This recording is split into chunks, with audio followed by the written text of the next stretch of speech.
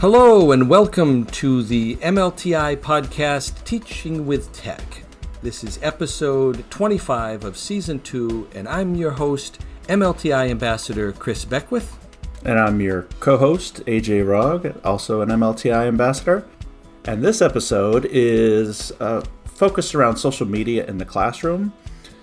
And we're going to be talking about the impact of social media in education. We're going to talk about some current legislation around social media. And we're also going to be able to talk with Tali Horowitz of Common Sense Education. And I had a nice little talk with her. So Chris, do you want to kind of start us off with the information you found around the legislation?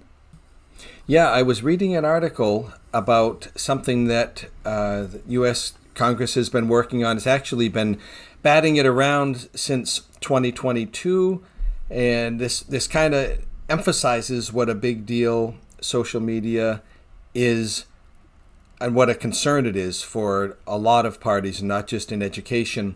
But they're currently working on something they're calling the Kids Online Safety Act, and it basically has 3 components, and they're hoping to hold social media companies accountable and requiring the platforms to mitigate harm that comes from using social media in terms of mental health disorders, the addictive behavior with it, physical violence, sexual exploitation, things like that are coming. Another component is they want to impose limitations, such as limiting the extent to which adults can communicate with minors, and limiting the time that the kids spend on the app, because we know that these apps are engineered to be addictive for kids, and they want to work on that. And then finally, offering parental tools so that parents are notified if students are accessing harmful content. So I think this leaves schools wondering what they can do, what resources are available to them to deal with the impact of social media in the classroom. Yeah, that's exactly what I was able to talk to Tali about. Again, she works for Common Sense Education. It's a free resource, which is amazing. Free resource for teachers, even for parents. So in this interview, I'll let Tali basically let you know what's available with Common Sense Education. So I hope you enjoy this little conversation I had with her. I'm very excited to have Tali Horowitz here from Common Sense Education. And Tali, do you want to say a quick hi and tell us a little bit about what you do? Sure. Hi, everyone. I'm delighted to be here. My name is Tali. I'm the East Coast Education Director at Common Sense, and I work closely with school districts and state departments of education around building a culture of digital citizenship and positive digital learning. And you'll hear me talk about this a lot, but what really propels me in this work is the reminder that we do have agency over our tech lives. And especially as educators, I want us to impart this message to our students and our students' families, and to believe this for ourselves as well. Yeah, not always an easy thing to get across, but very important.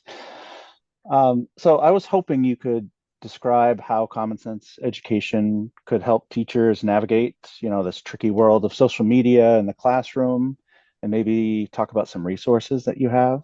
So I think, our kids are definitely struggling with tech use. I mean, we as adults, I myself, are struggling with tech use all the time.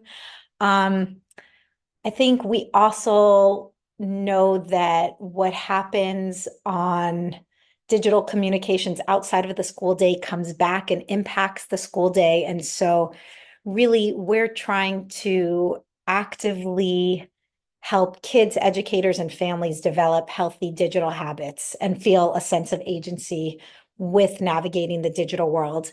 Again, knowing that it's tricky and knowing that tech companies are using a lot of digital manipulation, persuasive technology, all of that. So we have a free K through 12th grade digital citizenship program. We have lessons on topics like cyberbullying, digital drama, hate speech, news and media literacy, digital footprints, a whole bunch of other areas as well. We have resources that look at digital dilemmas. We also always have wraparound family engagement resources because we really believe in a whole community approach. And then we also provide free professional development workshops and consultations to help schools and districts help their students and their educators and their families. And I don't remember if I said the curriculum is free, but all of our resources are free. We're a mission-based nonprofit. Yeah, and I think that's a huge piece, the free piece, because teachers and then admins and districts love the idea of free, but not, I would say, for me, looking at your resources, it's crazy to think it is free, just the amount of work and the amount of actual pieces that teachers can use. I mean, it's a whole curriculum for a year, it seems like. Yeah, and one other note on that, because again, we live in our tech world where like Instagram is free, but then we're the product, right? So we take privacy very seriously and we're supported by foundations and individual donors. So we're not going to do a bait and switch on anyone or That's sell your awesome. data. Awesome. Okay, so I guess my next question would be around what advice might you give teachers or schools that are interested in discussing social media in their classrooms?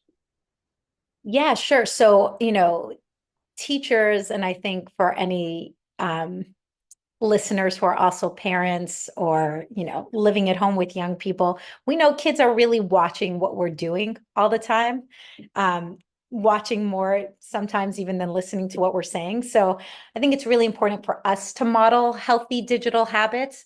And we actually have a new course that my colleague Jamie developed that I love. It's called Modeling Healthy Digital Habits, and it's specifically geared towards educators. It's not about teaching, it's more about reflecting on like, how do we achieve media balance? How do we think about privacy? How do we think about, dealing with issues around scams and so forth? It's under an hour, and honestly, it's really fun. So I would recommend taking that. And then I think it's really about setting up that classroom community and culture where you can talk about challenges that kids are facing. So I mentioned earlier, we have a suite of digital dilemmas. These are realistic scenarios that kids are dealing with. We have thinking routines to kind of walk you through these dilemmas. But I think you could structure time during the day, whether it's, once a week or during an advisory period or kicking off different topic areas to really talk about these dilemmas. And I've seen teachers then invite students to share their own dilemmas. Um, and I like the dilemma and scenario approach because so many of these areas, especially as kids are getting older, they're gray areas, right? They're judgment calls, they're based on our values. And so it's really helpful to talk through how we handle or should handle situations. Part of the conversation and not trying to like force it on the kids, but hey, I'm a part of this too. I think that's a big, huge part.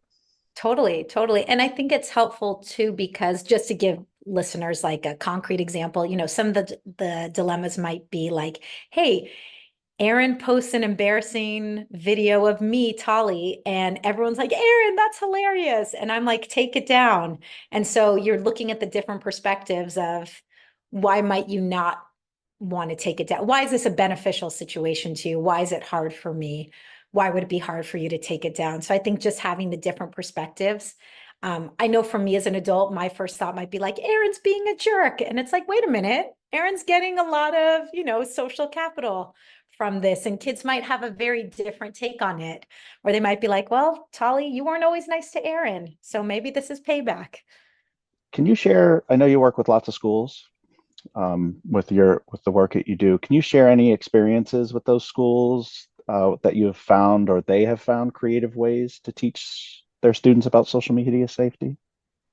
Yeah, I think so there's so many examples. So I think whenever schools can highlight students' experiences and voices is great. So I've seen whether it's, an art show or kind of any type of STEAM event where beforehand, kids are sharing their projects, but they're also talking about how they thought about it in the digital world, whether it was giving credit or thinking about privacy or thinking about their footprint. So modeling, positive digital habits. I've seen a lot of schools where they'll have a teen panel. So it's either, high schoolers talking to middle schoolers or middle schoolers talking to upper elementary students. Maybe the focus might be like, hey, before you get your first device, what are the things you should think about? And it's amazing when you have kids answering other kids' questions.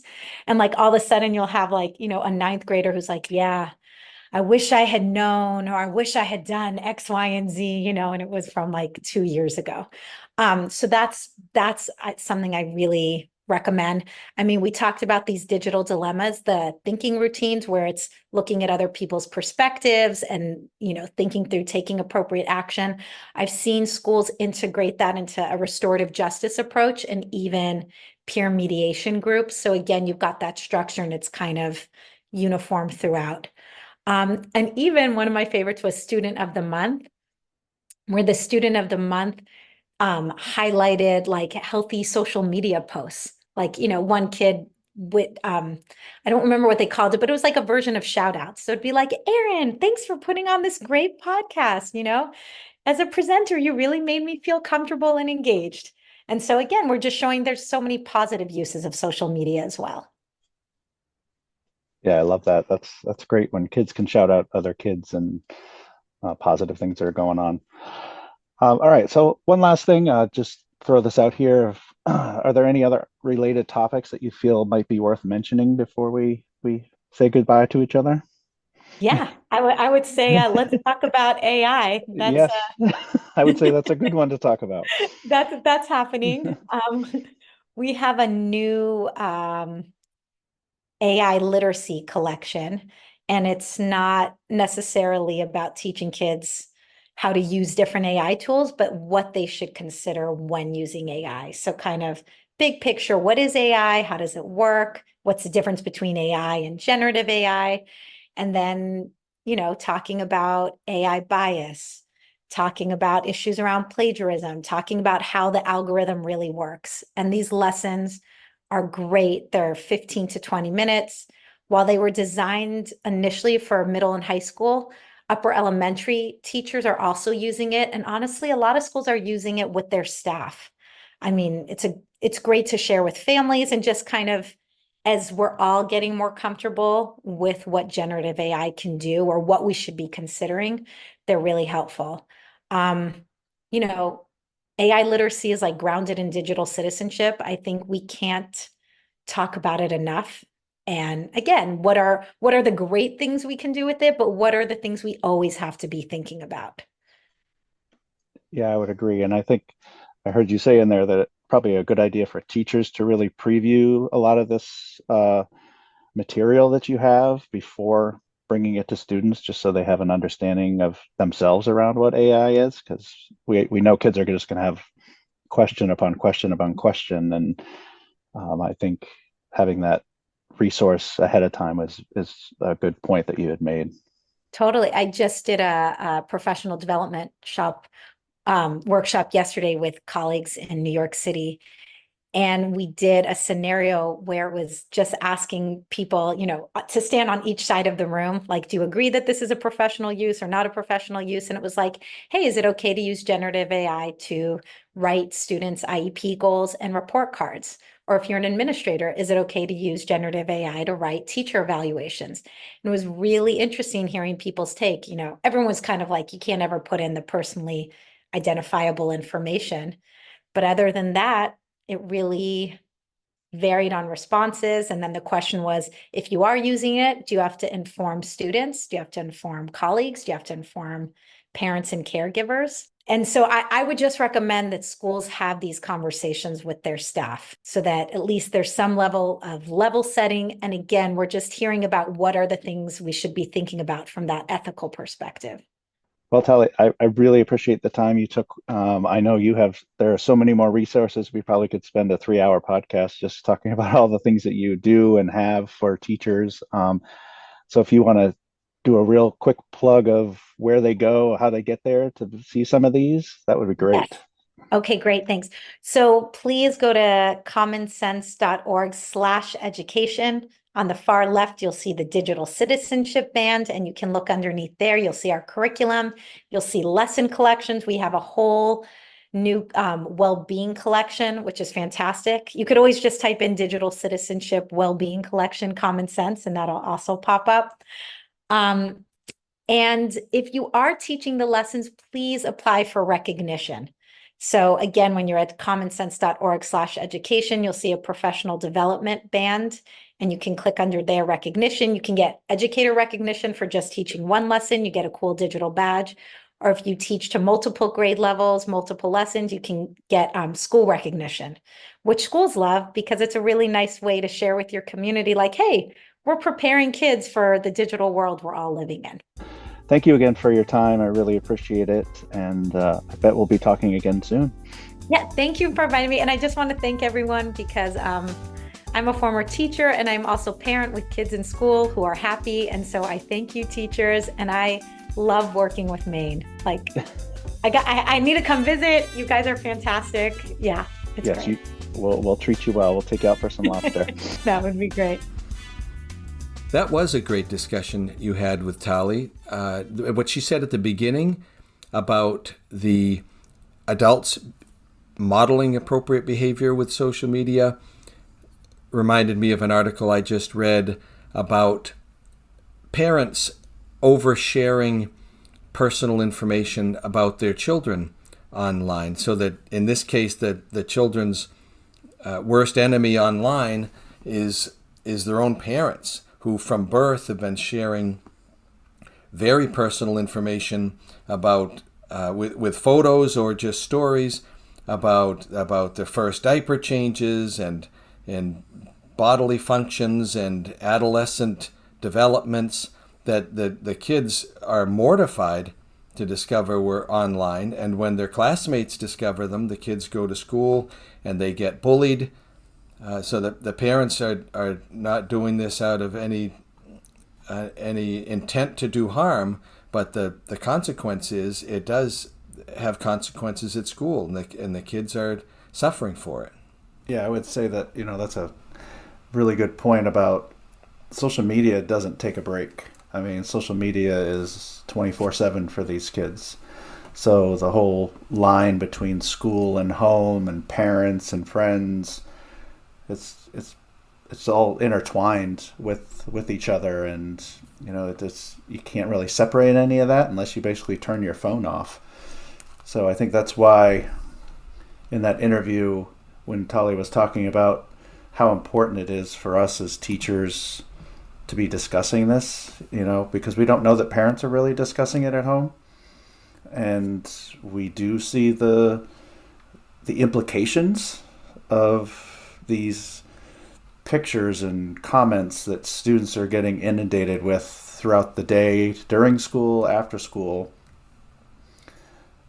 We need to have an outlet for them. We need to be able to discuss, how they should be acting online and things they can do and things they shouldn't be doing. So that's really what I got out of that conversation with her, is the resources that they have there are great little conversation starters. So it's not like something you have to come up with on your own. They're kind of built in already for you, and just kind of let the conversation happen. Yeah, exactly.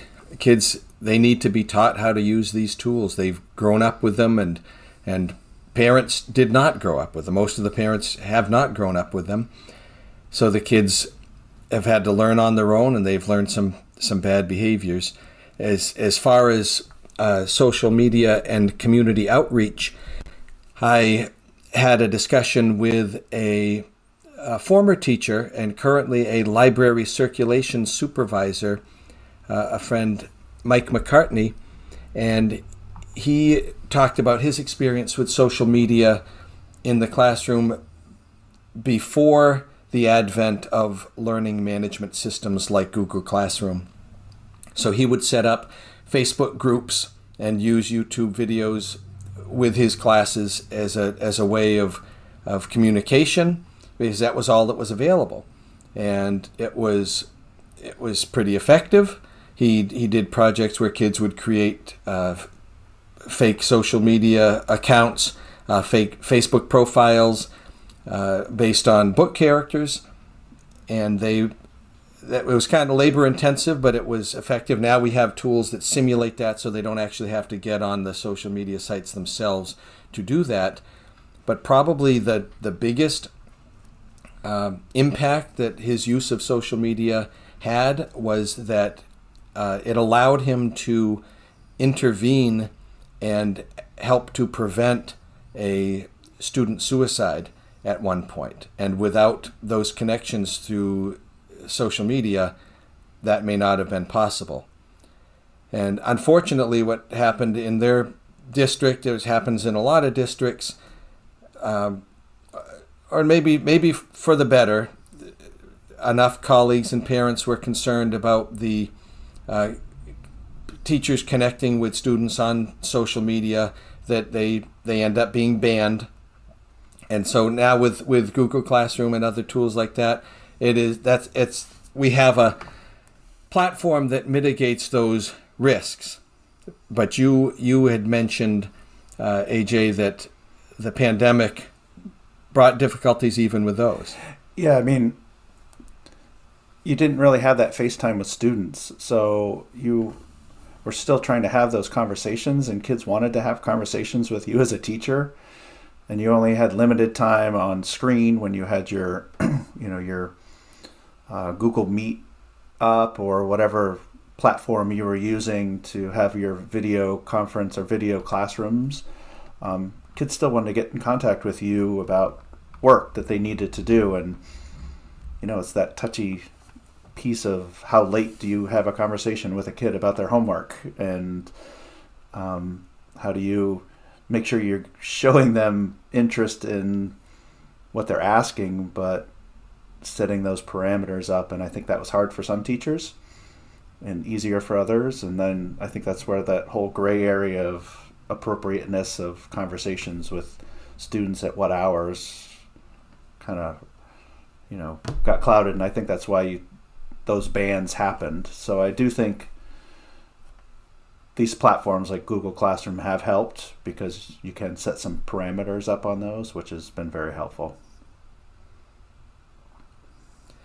It is a tricky situation indeed, because these students who have grown up with their faces in their phones are being raised mostly and taught mostly by parents and teachers who have not grown up with attached to tech. So it'll be interesting to see in a generation or so how today's kids, the ones that did grow up that way, raise their kids differently, how they address these situations differently.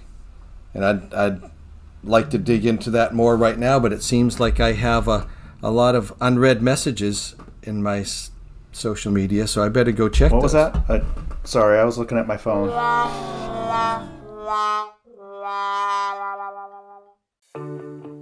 Okay, now to close out this episode and Season 2 of the Teach with Tech podcast, we've asked our outgoing ambassadors to reflect upon their experiences over the past 2 years. Hi, I'm Martha Thibodeau. I'm an exiting MLTI ambassador, and I think my favorite project was working with the whole team on the student conference. Virtual or in person, it didn't matter. We worked together as a whole team, and I think that's the lesson that I learned throughout this gig, is that when you work together, you end up with a better product. You have people that bring different options and viewpoints to the table, and things just become better when you're collaborative. Next up for me is retirement, and yet I still hope to be involved in technology and education in some way, hopefully with the Mount Blue school system. Hello, I'm Yu Hong Sun, a second-year MLTI ambassador and a former computer science and Chinese language teacher at Noble High School. I've had the privilege to collaborate on various projects. One standout experience is the asynchronous video projects. We have done over 100 informative videos.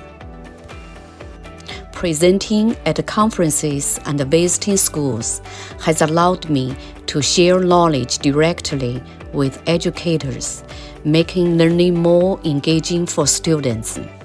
Overall, these experiences have been transformative, and I'm excited about the positive impact they have had and will have on the teachers and the students in the coming years. My name is Joshua Schmidt, and I am a second-year MLTI ambassador. As I look back on the last 2 years of my term and think about re-entering the classroom next year, I think about a lot of the projects that we've been able to do on this team. Things like the MLTI Student Conference, both in person and virtual, professional development that we've been able to do at schools, virtually, one-on-one, in big groups. I've also thought about projects like this podcast, different ways to provide professional development to teachers. All of those have been incredibly valuable, have been exciting and engaging, but the thing that's been the most valuable to me and the thing I will remember the most is the people on this team.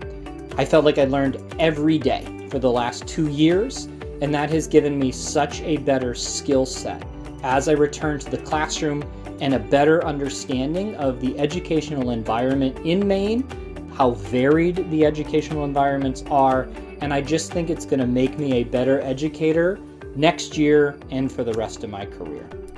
In my 2 years as an ambassador, I have really regained hope in the possibilities of collaborating with other educators. I have learned that I have valuable skills to teach others and that others want to learn from me. Being relegated to the music wing in a school building really makes it difficult to collaborate. And when we're all in the thick of the school year, most of us are just totally consumed with getting through the day and really don't have the mental capacity to learn or implement something brand new, either alone or with a team or, with someone else in the building.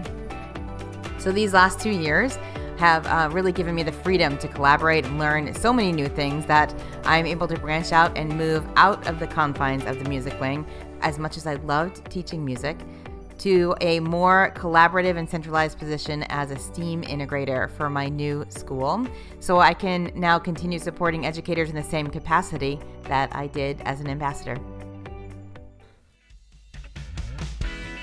Thank you for listening, and we hope you join us to meet our new members in Season 3 this fall.